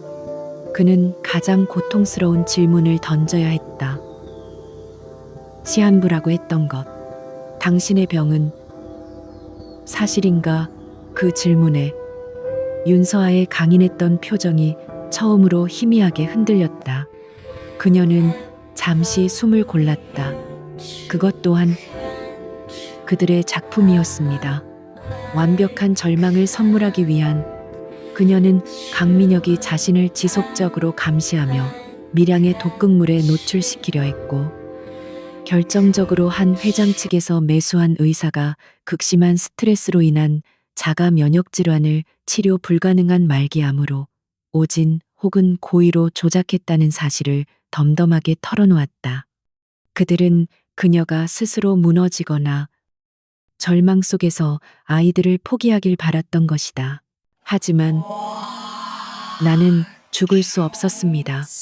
내 아이들이 저 괴물들의 손에 넘어가는 것을 보느니 차라리 아이들을 가장 안전한 곳, 그들의 친아버지인 당신의 심장부로 던져넣는 편이 낫다고 판단했습니다.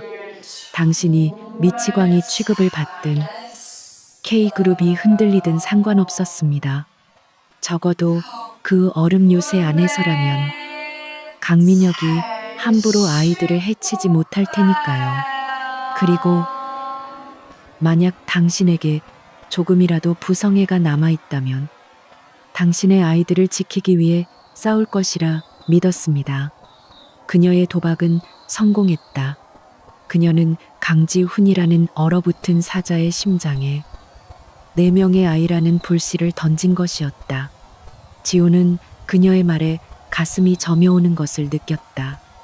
그는 김동욱 비서를 불렀다. 당장 K-메디컬 센터의 모든 의료진을 동원해 윤서아 대표의 몸 상태를 처음부터 다시 확인하도록 최고의 치료를 준비해. 그의 목소리는 명령이었지만 그 끝은 미세하게 떨리고 있었다. 윤서아는 그를 바라보며 5년 만에 처음으로 희미한 미소를 지었다. 위협이 사라졌으니 이제 살 수 있겠지요. 강지훈 총재님. 그날 이후 K그룹은 격동의 시기를 보냈지만 그 방향은 몰락이 아닌 재건이었다. 강민혁과 한 회장의 구속 수감, 그리고 그들이 저지른 횡령, 배임, 살인 미수, 증거 조작 등 천인공노할 범죄들이 만천하에 드러나자 K그룹의 주가는 일시적으로 바닥을 쳤다. 하지만 그것은 잠시였다. 강지훈이 자신의 41% 지분과 가짜 불임이라는 동정 여론, 그리고 필사적인 아버지라는 새로운 이미지를 등에 업고 그룹의 전권을 장악하자 시장은 폭발적으로 반응했다. 그동안 그룹을 좀먹던 암 덩어리들이 제거되었다는 사실에 주가는 연일 상한가를 기록하며 이전의 가치를 완벽하게 회복했다. 강지훈은 K그룹의 절대적인 지배자가 되었고 얼음의 요새는 그 어느 때보다 견고해졌다. 하지만 그 요새의 주인은 더 이상 예전의 빨리 강지훈이 와. 여기 아니었다. 진짜 편해. 몇 주 후 야, 너 때문에 철의 넘어질 방패, 뻔했잖아. 빌라의 아침. 오늘 밤새서 예전 놀자. 같으면 새소리 빨리 와. 하나조차 여기 진짜 들리지 편해. 않던 야, 그 너 고요한 때문에 넘어질 공간은 뻔했잖아. 지금 시장 바닥 같은 오늘 밤새서 소란스러움으로 가득 차 있었다. 강준, 그거 지수 거야. 내 눈, 으앙. 아빠, 오빠가 내 로봇 부쉈어. 짐이나 식탁에서 노래 부르지 마. 지호야 안 돼. 거기 잼 바르면. 거대한 마호가니, 식탁은 온갖 장난감과 그림책, 그리고 아이들이 어질러 놓은 음식물로 난장판이 되어 있었다.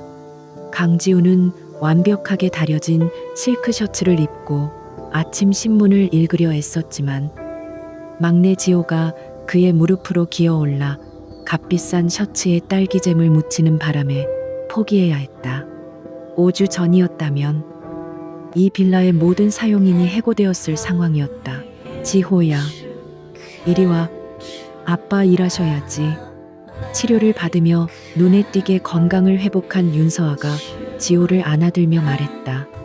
그녀는 아직 이 집에 정식으로 들어온 것은 아니었지만 내 아이의 어머니로서, 그리고 K 그룹의 중요한 파트너 신테크 솔루션스의 대표로서 당당하게 이 집을 드나들고 있었다. 강지훈은 자신의 셔츠에 묻은 붉은 딸기잼을 물끄러미 내려다보았다. 그리고는 신문 대신 식탁을 전쟁터로 만들고 있는 자신의 네 아이들을 바라보았다. 정확하게 크기별로 토스트 조각을 정렬하고 있는 강준, 당근을 골라내며 투덜대는 강지수, 어릴 적 어머니가 불러주던 쇼팽의 녹턴을 흥얼거리는 강지민, 그리고 엄마 품에 안겨 자신을 향해 방긋 웃는 강지호. 그는 문득 몇 달 전 부서졌던 17세기 프랑스 도자기 자리를 바라보았다. 그 값비싼 골동품이 있던 자리에는 지금 아이들이 유치원에서 만든 울퉁불퉁하고 색깔도 조악한 아빠와 우리 가족이라는 제목의 클레이 조각상이 놓여 있었다. 얼음의 요새는 완벽하게 무너져 내렸다. 하지만 강지훈은 지금이 그 어느 때보다 완벽하게 안전하다고 느꼈다. 그는 딸기잼이 묻은 손가락을 닦아내는 대신 지호의 볼을 살짝 꼬집었다. 그리고는 웃었다. 얼음이 녹는 듯한 아주 희미하고 어색하지만 분명한 미소였다. 괜찮아. 그가 윤서아를 보며 말했다. 시끄러운 게 나쁘지만은 않군. 윤서아도 그의 미소를 보며 마주 웃었다. 그들의 관계는 뜨거운 연인의 것이 아니었다. 빨리 와. 그것은 여기 진짜 편해. 지옥 같은 시간을 야, 너 함께 때문에 넘어질 통과하고 뻔했잖아. 서로의 상처를 확인하며 오늘 밤새서 놀자. 네 명의 아이라는 빨리 와. 가장 여기 진짜 강력한 편해. 연결고리로 야, 너 때문에 넘어질 묶인 두 뻔했잖아. 명의 생존자이자 파트너, 오늘 밤새서 놀자. 그리고 가족의 미소였다. 강지훈의 차가운 요새는 마침내 시끄럽고 혼란스럽지만 따뜻한 강씨 가문의 집이 되었다.